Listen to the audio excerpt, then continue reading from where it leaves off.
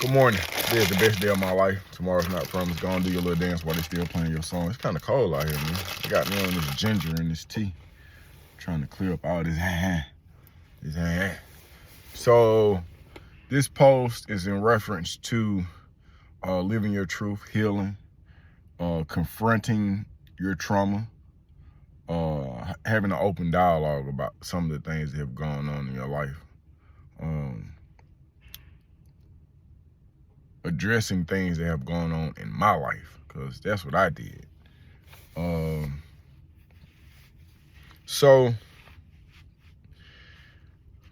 the general idea here is to make better decisions as parents, or parents that are teaching their children to be parents. Watch the partners that you bring around your children.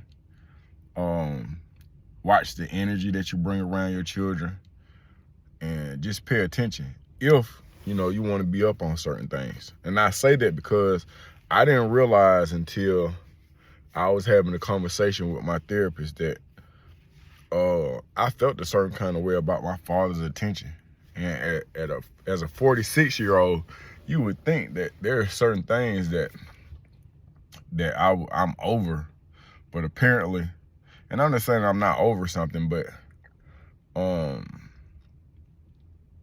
sometimes we come across things and we ignore them, we don't acknowledge them, we don't voice them, we don't express them to the people who are involved. But part of my healing is speaking my truth and saying what needs to be said. So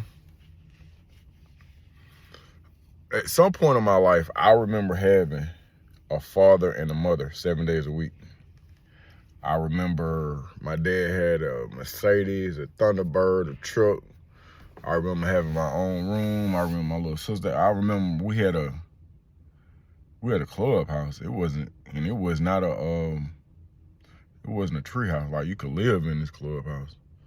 I remember my dad playing softball for the Sheraton Hotel.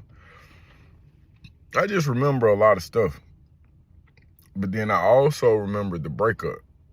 Not the breakup per se, I just remember the dynamics of our household being different. Because we went from having my dad 7 days a week to being with him on the weekend. And mind you, when we have him on the weekend, it's not me, my sister, and my dad. It's me, my sister, my dad, his new girlfriend, who is Sue, whom is his wife now of 100 years. Her son, Greg, her daughter, Beverly. I'm not sure if Maravina was born yet, but she was on the way. So that's 1, 2, 3. It's just a lot of people. It's just a lot of people, and there's nothing against those individuals. I love all of them dearly and consider them to be family, and have been called upon and have called on them as if we were family. So I'll let that be known from the get-go. However, I have to speak my truth in order for healing to take place for me and for my grandson that is yet to come.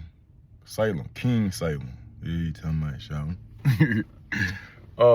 So me and my daughter, we went to church.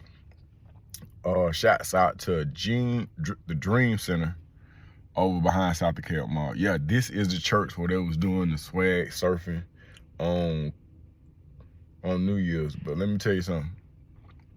I have been going to this church for about 2 months, and I belong at this church, and some kind of way, some things are gonna pop off. I'm not sure how or when, but I'm gonna be obedient. So we go to church. When we leave church, we on a good note. And then we just started talking. I was like, there's some things that I want to say to my dad. It's me and my daughter. We riding because I want to pick her up. There's some things that I want to say to my dad. She said, well, why don't you say them? I was like, no, I just started coming up with all these excuses why I wouldn't work and why we couldn't do it right now. She was like, well, I don't live that far away from Grandpa. She said, I got some things I want to say to Grandpa too. I'm like, yeah, but we're almost past such. Then the lane opens up and it's hard for me to come up with an excuse. So we end up driving to my dad's house. When we drive to his house, I have a conversation with him and Sue.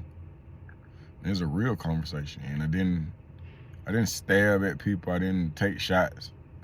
But the point in me saying what it was that I said, and now I'm going to tell you what I said, is because it needed to be said. So I feel like at some point in time, suffocation began to take place. And when I say suffocation, I don't mean from the physical aspect. I mean that in a time in my life where I was trying to get my dad's attention, or I thought I was supposed to have his attention, I felt like I had to compete. And in that competition, I ended up losing losing him and losing myself. Cause when I was unable to get his attention in one way, I tried getting it in other ways. Like, I remember there was a time at Sequoia and Cross Keys where I played football, basketball, and baseball. And I don't even like sports, for real. I actually was more comfortable in the strings department, playing the violin, the cello, and the bass. That's what I like. I got a violin at the house now. So what I'm saying, I was trying to get him to come to my games. I can count on one hand how many of them games. I'm talking about all those sports together, how many games he came to. So it wasn't until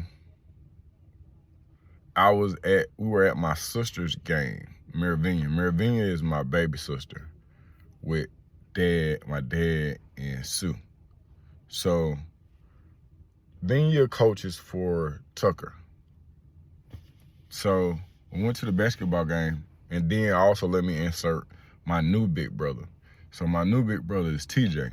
So we just found out through Ancestry.com that we have a sibling. Cool. So we all decided to meet up at Vineyard's game.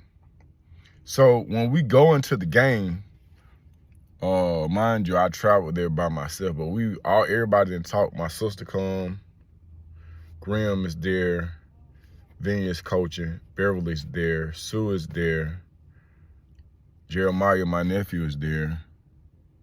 So, but when I go into the gym and I shake my brother's hand for the first time, Sue is there, Beverly is there, and they mean no harm, but that same suffocation that I felt like when I was a child, I felt that same suffocation then. And I was able to identify it. I was like, I don't like how this feels. I don't have any hatred towards anybody, but I don't like how it feels unorganic.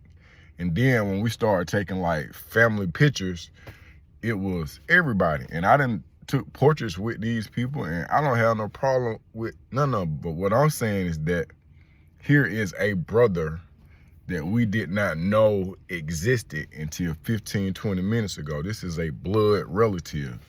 And so when we taking pictures, it's everybody taking pictures.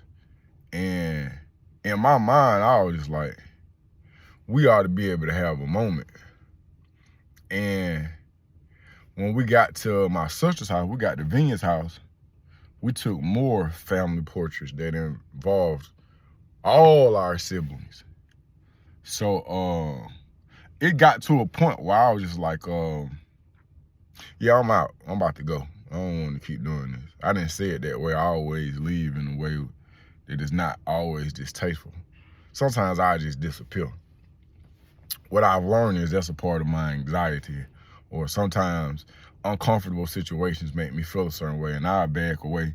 Like, I'll back in the bushes like Homer Simpson. So what I did was, when I went home, I texted bro, and I just asked, you know, I just told him, hey, man, you want to pull up? Here go my address. So we ended up having a really dope conversation and a dope connection. And then you actually see that interview on my page where we sit down at my house and we have a conversation. So back to everything that I'm telling you is what I told my dad and Sue. I have my daughter there as well. My daughter chimes in, and what she adds to the conversation is that she doesn't feel like she is being acknowledged. Like on Christmas, my daddy came to the house and he spoke to all my nieces and nephew, and then he skipped over their younger. And I don't know if it was like some subconscious thing, but I witnessed, I experienced, I saw this with my own 2 eyes. And then when she said something about it, they laughed it off like, no, we said something. And then they kind of co-signed each other. And I was like, well, no, that's not how that went. Cause like I was there. And they was like, yeah, cause you said this. And I was like, no, they don't even talk like that. So my reason for standing with my child is because my child stood with me, and I don't care right or wrong, indifferent. I'm riding with what they ride with. And if they feel like they've been slighted in some kind of way or they've been mistreated, I'm there to support whatever stance that I need to take, period and point blank. So some of the points that I wanted to get across, I got them across. Some I think I had to revisit, but I at least opened up the dialogue for conversation to take place in reference to how I felt about my dad's attention and the suffocation that takes place. So when I started thinking about it, I was like, I had to break a bunch of stuff down to my child, because I'm just like, I don't understand how a parent, and this is just hypothetical, how a parent makes decisions and not taking into consideration the effect that those decisions have on the child. And I understand sometimes we're just moving through life and we're just trying to make the best decisions to keep a roof over our heads and to keep the water on. But what I express to my black child is this, is that I wouldn't be able to, with a conscious mind, have 2 black daughters and have a white wife.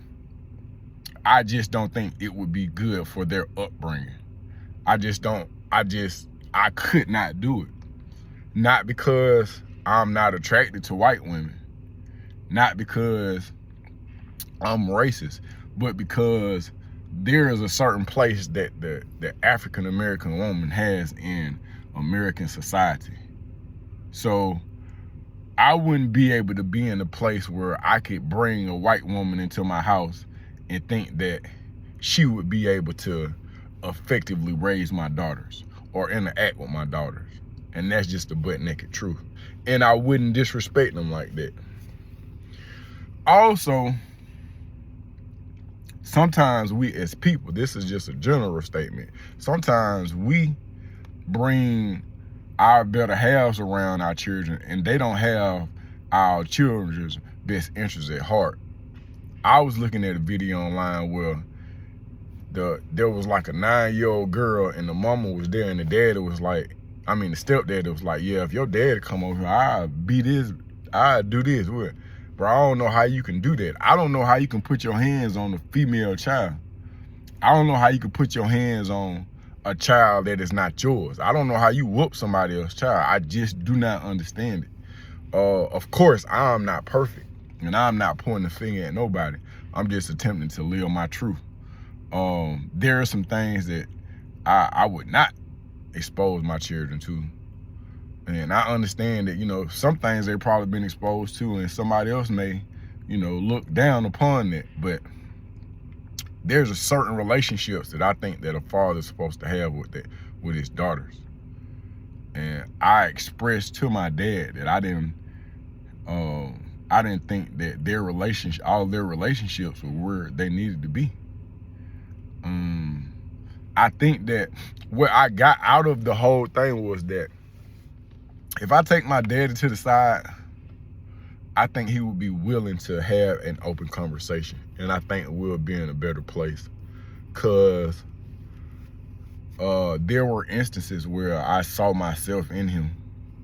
I understood where he was coming from. I understood that he came from a household with no real parenting, and so he moved a certain kind of way. I understand that, and I'm not making excuses for anybody, nor am I allowing my background to determine what my tomorrow look like. Cause I know better now, and I'm gonna do better.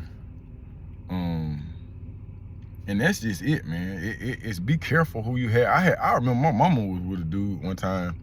I don't know what she was going through, but this dude had a Jerry curl, and he told me that all black men need to know how to shoot pool. This took me to the pool hall for no reason and taught me how to shoot pool. Thought it was the weirdest thing ever. And maybe they had a connection. I don't know, maybe they didn't. But at the end of the day, man, you got to be conscious of who you bring your children around, bro, because it could get weird. It can get very real.